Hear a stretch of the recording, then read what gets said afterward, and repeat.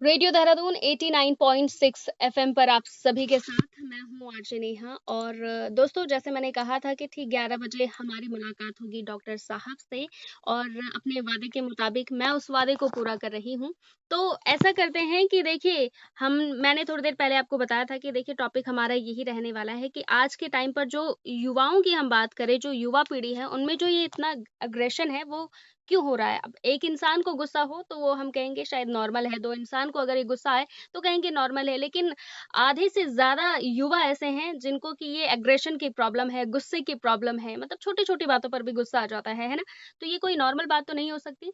और इसी टॉपिक पर आज हम बात करने वाले हैं। और आज हमारे साथ मैंने जैसे कहा था कि डॉक्टर पवन शर्मा, जो कि एक मनोचिकित्सक हैं, उनसे हम बात करने वाले हैं। तो सबसे पहले तो सर, स्वागत है आपका रेडियो देहरादून 89.6 एफएम पर। बहुत-बहुत धन्यवाद नेहा जी और आपके सभी सुनने वाले दर्शकों श्रोताओं को भी मेरी तरफ से बहुत-बहुत नमस्कार। नमस्कार सर, कैसे हैं आप? जी, बहुत अच्छे से हैं और बहुत अच्छा मौसम का मज़ा ले रहे हैं यहाँ तो बारिश का। बिल्कुल सर। और थोड़ा जो लोग बारिश को पसंद करते हैं उनके लिए अच्छा है, लेकिन अगर बीमारियों के पर्पज़ से देखा जाए मौसम, तो इससे थोड़ा खतरा भी बढ़ रहा है। जी, बिल्कुल अब कह सकते हैं कि सारे मौसम में देखेंगे तो बीमारियों का कहीं न कहीं खतरा है। जी। गर्मी में भी बीमारियाँ हैं, सर्दियों में भी बीमारियाँ हैं, बरसात में भी बीमारियाँ हैं। हुँ, हुँ। लेकिन अगर हम डरते ही रहेंगे तो शायद हम इन मौसमों का कभी लाभ नहीं ले पाएँगे और अपने आप को खुश नहीं रख पाएँगे। बिल्कुल सर, थोड़ा-सा केयर करने की ज़रूरत पड़ जाती है, बाकी तो हर मौसम हम एन्जॉय कर सकते हैं। जी, बिल्कुल। बिल्कुल सर। चलिए अपने टॉपिक पर हम बढ़ते हैं। और जैसे आज का टॉपिक आपने कहा था कि हम बात करेंगे जो युवा हैं, ख़ासकर यंग जनरेशन की हम बात करें, तो उनमें जो है कि छोटी-छोटी बातों पर ये जो गुस्सा आ जाता है, तो इसका क्या कारण है? क्यों ऐसा हो रहा है? देखिए नेहा जी ये बात ऐसी है कि युवा हमेशा ही अग्रेसिव रहते हैं। जी। युवाओं के अंदर ऊर्जा बहुत ज़्यादा होती है, चाहे वो रचनात्मकता के रूप में हो या क्रिएटिविटी हो या अग्रेशन के लिए हो। हुँ, हुँ। यकीनन युवावस्था हमारे लिए ऊर्जा के लिए बहुत भरपूर होती है। जी, बट अगर अगर हम उसे सही दिशा निर्देश में नहीं ले जाएँगे तो कई बार वो भटक जाती है। बिल्कुल सर। और ये चीज़ें हमारे साथ कोविड काल के बाद बहुत ज़्यादा हुआ है। जब से कोरोना है उसके बाद से हमारे जेनेटिकली हमारी सोच, हमारे मेंटल हेल्थ पे बहुत ज़्यादा इम्पैक्ट हुआ है। ओके सर, तो वो यहाँ कहीं न पर जी। जी, जी, मैं यहाँ पे ये कहना चाहूँगी, अब आपने कहा कोविड-19 की वजह से, तो मतलब ऐसा क्यों? मतलब मेरे दिमाग में, और जो हमारे श्रोता हैं, वो जो सुनने वाले हैं श्रोता, उनके दिमाग में ये थॉट आएगा कि वैक्सीनेशन की वजह से ऐसा हुआ है या कि कोई और रीज़न है? नहीं वैक्सीनेशन नहीं। एक्चुअली जी, वो जो हमने 2 साल का समय डर और खौफ के साथ बिताया है, जी, वो हमारे अंदर प्रोग्रामिंग कर गया है। ओके। जब आप एक ऐसे डरे हुए माहौल में हमेशा रहने लगते हैं, हाँ तो जी। कहीं न कहीं आपको बंद करके आइसोलेशन में रखा जाता है, तो फ्रस्ट्रेशन होता है हुँ, हुँ। और उसके बाद आप कहीं मिल नहीं पा रहे हैं, कहीं जा नहीं पा रहे हैं और अपनी मनचाही चीज़ें नहीं कर पा रहे हैं, तो जी, ये अंदर-अंदर आपको बहुत फ्रस्ट्रेट करता है और डराता भी है माहौल। बिल्कुल तो सर। उस वजह से हमारी मनोस्थिति इस तरह की हो जाती है कि हम पे नकारात्मकता हावी हो जाती है। बिल्कुल सर। सर, मुझे ऐसा लगता है कि आजकल थोड़ा जो युवा है वो ऐसे भी हो चुके हैं कि देखिए, अब हर कोई मतलब जॉब के लिए रहता है, घर से बाहर रहता है, अकेले रहना उसको पसंद है, लेकिन अगर वो कुछ टाइम के लिए अगर अपने घर भी चले जाता है तो वो शायद से अडैप्ट नहीं कर पाता उन चीज़ों को, मतलब उसको आदत पड़ जाती है अकेले रहने की, चीज़ों को जैसा है वैसा चल रहा है, शायद इस तरह से भी एक आदत भी हम इसे मान सकते हैं? हाँ, बिल्कुल देखिए जो फ्रीडम होती है, ये आज़ादी हर एक को चाहिए होती है जी। और हर एक के लिए आज़ादी इसीलिए चाहिए क्योंकि वो अपने मन मुताबिक चीज़ें कर सके। जी सर। लेकिन वो जब बहुत ज़्यादा आज़ादी होती है, तो ये कह लीजिए कि उसके साथ बाउंड्री अगर नहीं बनी है, हुँ, तो हुँ। वो आज़ादी अपने लिए कहीं न कहीं नुकसान करेगी। आप बिल्कुल। इसको बिल्कुल इस तरह से मान लें जैसे एक नदी है और उसके आस-पास के जो किनारे हैं, जो बाउंड्रीज़ हैं, जी। वो उसकी सुंदरता को बनाए रखते हैं। हुँ, हुँ। लेकिन जब वो बाउंड्रीज़ नहीं होंगी, तो वो नदी हमेशा बाढ़ का रूप ले लेगी, पानी इधर-उधर फैल जाएगा। जी सर। तो इसी तरह से जब हमारी आज़ादी कुछ ज़्यादा हो जाती है, स्वतंत्रता कुछ ज़्यादा हो जाती है, तो हम कई बार सही और गलत में फैसला नहीं ले पाते हैं जी। और हमारे लिए ज़्यादातर गलत आसान हो जाता है क्योंकि हम गलत में कहीं न कहीं रोमांच, उपलब्धि और कुछ दूसरों से ज़्यादा करने की चाहत में हम हुँ, गलत हुँ। रास्ते अपना करके चले जाते हैं। इसी वजह से हमारे लिए सहनशीलता जो कम होती जा रही है, आजकल आप देख रहे हैं कि लोग सड़कों पे झगड़ना शुरू कर देते हैं। हुँ। छोटी-छोटी बातों पे लोग बात समझाने की जगह किसी की जान ले लेना ज़्यादा आसान समझते हैं। Yes sir.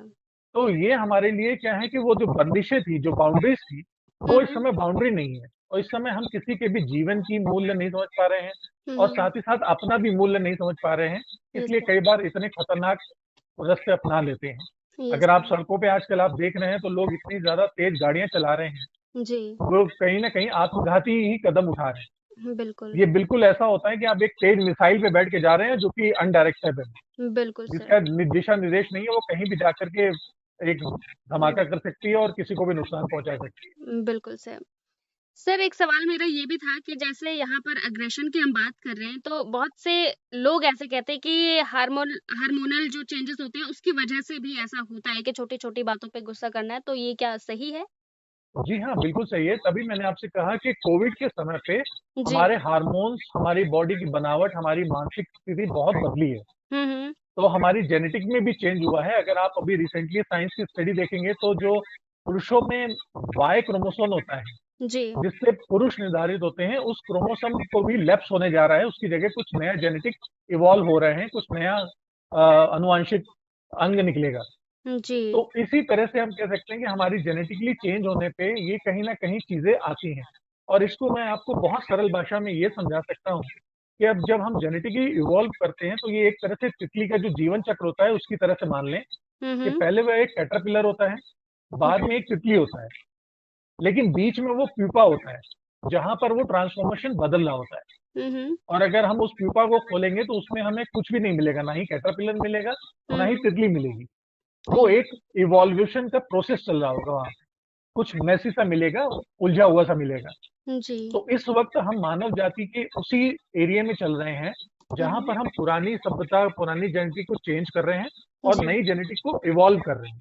बिल्कुल। तो इस तरह की चुनौतियाँ अभी हमारे पास थोड़ी ज़्यादा आ रही हैं कि हम नए को तालमेल नहीं कर पा रहे हैं हुँ, और हुँ। पुराने वाले के साथ हम निभा नहीं पा रहे हैं।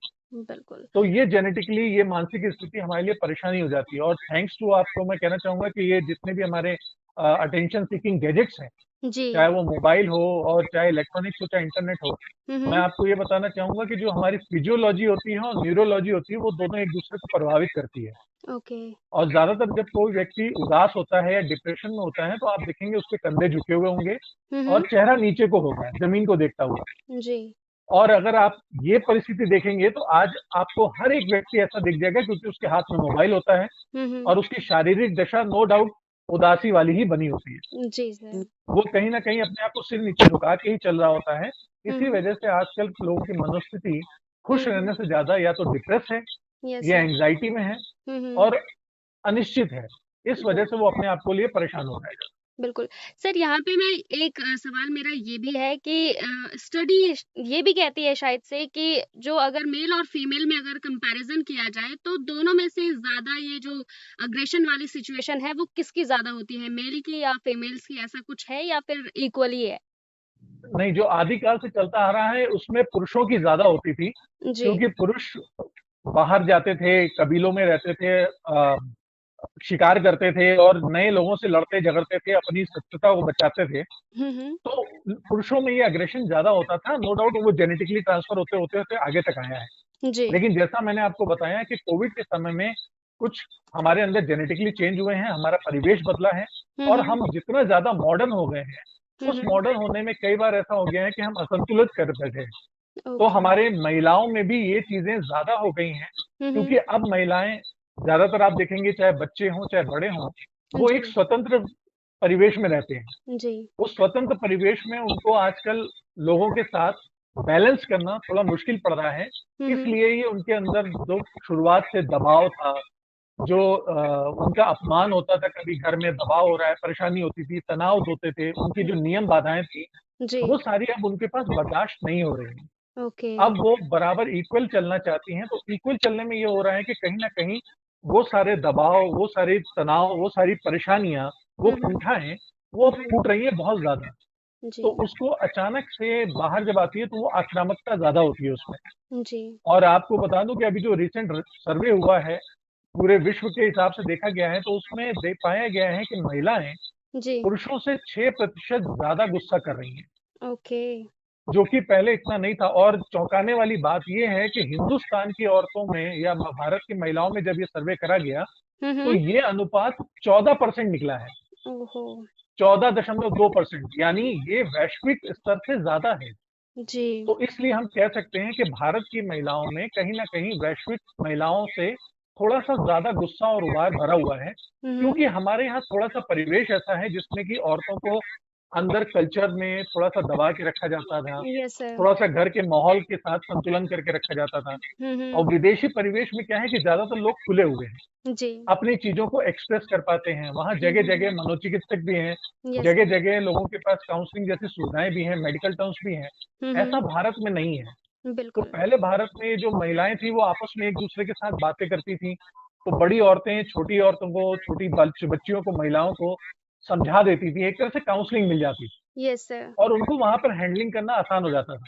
बिल्कुल, बट लेकिन सर हमारे अब देश में ना एक चीज़ ये भी मैंने देखी है कि जहाँ आप फीमेल की बात कर रहे हो, तो कई बार ऐसा भी होता है कि घर में मतलब फीमेल से ही बात कर रही है, तो कई बार ऐसा भी होता है कि फीमेल ही फीमेल को नहीं समझ पाती है। तो शायद ये भी एक रीज़न है कि भई अब आज के यंग जनरेशन की हम बात करें तो उनको फ्रीडम चाहिए और पेरेंट्स अगर उनको नहीं दे पा रहे हैं फ्रीडम अलाउ नहीं कर रहे हैं, तो शायद इस वजह से भी हो सकता है कि चीज़ें थोड़ी बिगड़ जाती हैं।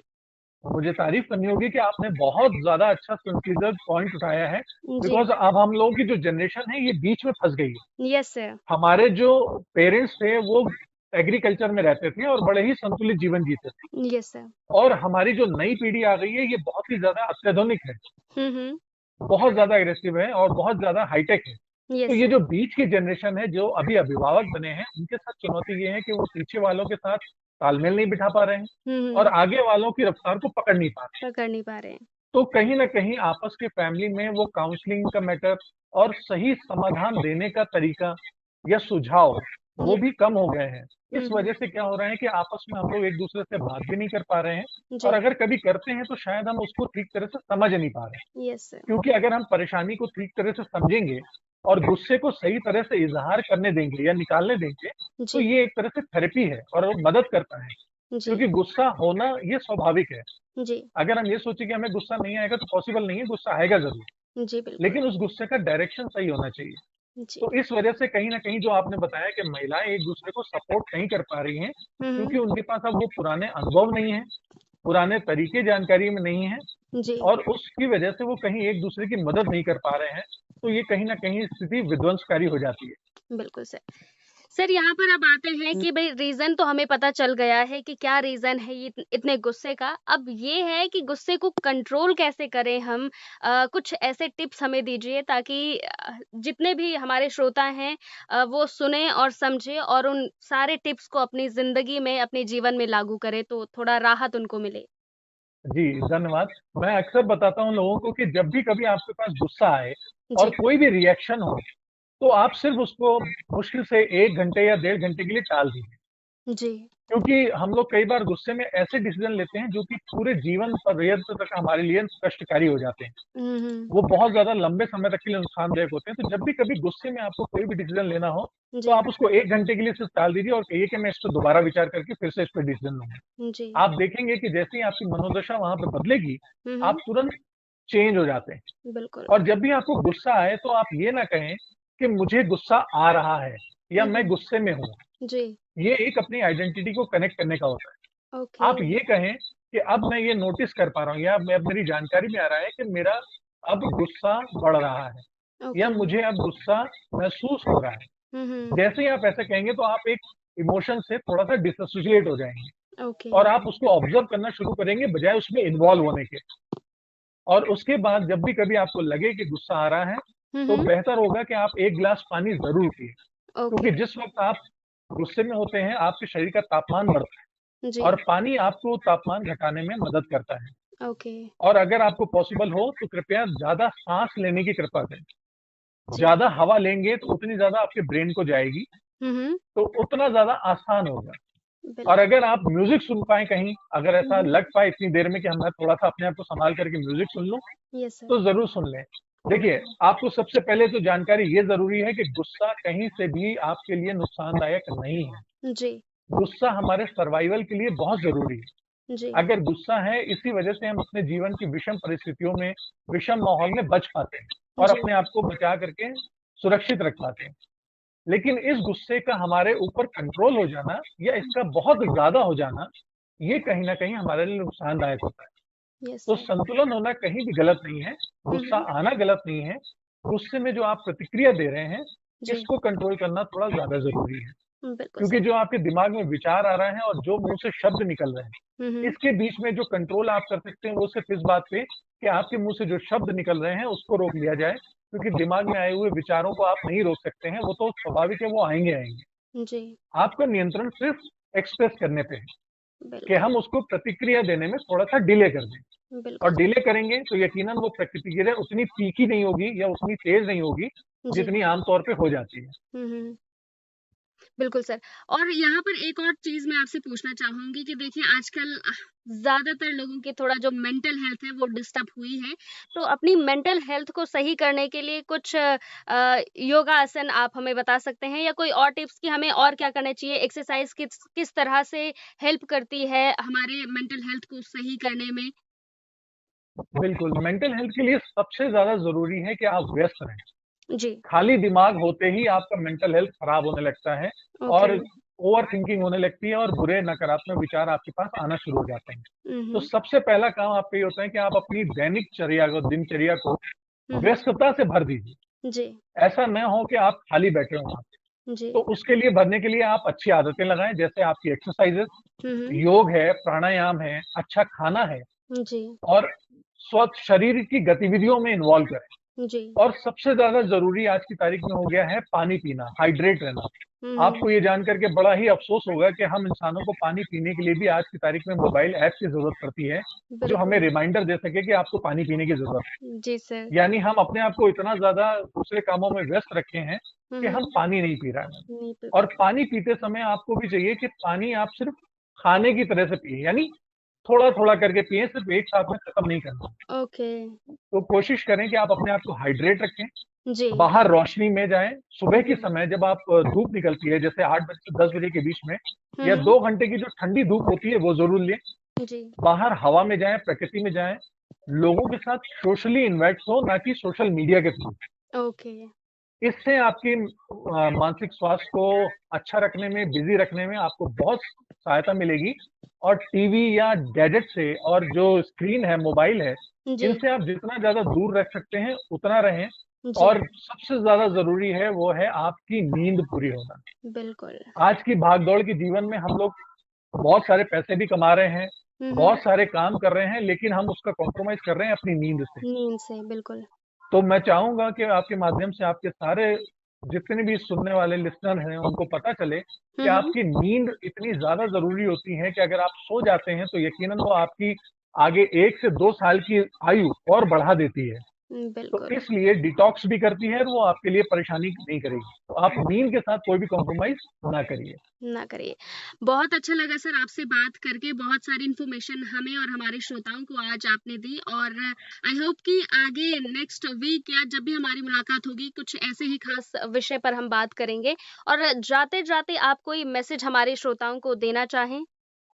जी, बिल्कुल, मैं आपके माध्यम से बहुत खुश हुआ हूँ और मैं आपके सारे श्रोताओं के साथ ये बातें साझा कर के बहुत ज़्यादा अनुभव हो रहा है, एक्सपीरियंस अच्छा हो रहा है और मैं आपके माध्यम से सबको ये कहना चाहूँगा कि आपका शारीरिक स्वास्थ्य और मानसिक स्वास्थ्य दोनों एक बराबर हैं, दोनों को तवज्जो दीजिए। जिस तरह से आप जिम जाने में अपने आप को एक प्राउड फ़ील करते हैं और अपने आप को ज़्यादा एनकरेज करते हैं, मोटिवेट करते हैं शारीरिक स्वास्थ्य के लिए, हुँ, उसी हुँ। तरह से अगर आपको किसी पेशेवर मनोवैज्ञानिक, मनोचिकित्सक किसी की सलाह लेने के लिए आपको जाना पड़े, तो जी, ज़रूर जाइए, ये कोई शर्मिंदगी की चीज़ नहीं है, ये भी आपके लिए प्राउड की चीज़ है। बिल्कुल sir. Thank you so much sir हमारे साथ जुड़ने के लिए और ढेर सारी इन्फॉर्मेशन हमारे साथ शेयर करने के लिए और कोशिश करेंगे कि नेक्स्ट वीक हमारी फिर से बात हो किसी खास विषय पर। ज़रूर, मुझे इंतज़ार रहेगा और आपके माध्यम से मैं आपके सारे श्रोताओं को बहुत-बहुत नमस्कार और बहुत-बहुत शुभकामनाएँ देता हूँ। धन्यवाद सर।